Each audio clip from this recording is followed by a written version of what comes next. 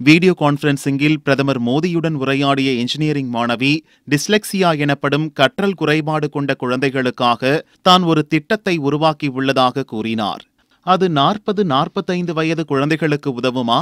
அப்படியானால் அந்த குழந்தைகளின் தாயார்களும் சந்தோஷப்படுவார்களே என கேட்டு மறைமுகமாக ராகுலை கிண்டலடித்தார்.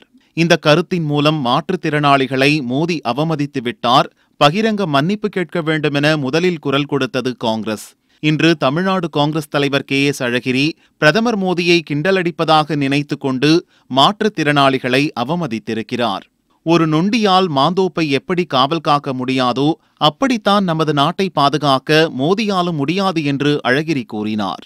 கிராமத்தில் சொல்லுவார்கள், நொண்டி மாந்தோப்பை பாதுகாத்தது மாதிரி, நொண்டி மாந்தோப்பை பாதுகாத்தது மாதிரி, நொண்டி மாந்தோப்பை பாதுகாத்தது மாதிரி என்று சொல்லுவார்கள். ஒரு ஊனமுற்ற ஒருவர் ஒரு மாந்தோப்புக்கு காவல்காரராக இருப்பார்.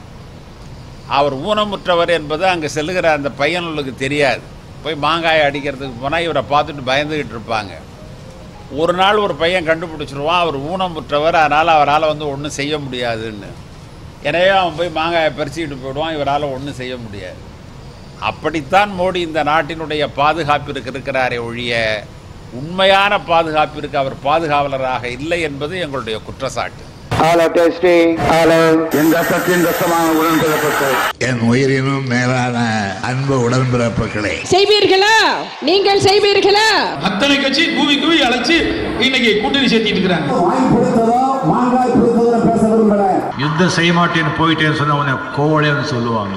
आप में से किसी ने कहा था कि Rafale CEO has said people of Tamil Nadu are remarkable. தேர்தல் திருவிழா 2019 6 பக்க எக்ஸ்க்ளூசிவ் தேர்தல் செய்திகள் தினமலர் நாளிதழில் தினமும் சில செய்திகள், சில படங்கள், சில தகவல்கள் தினமலர் நாளிதழில் மட்டுமே. தினமலர், உண்மையின் உரைக்கல்.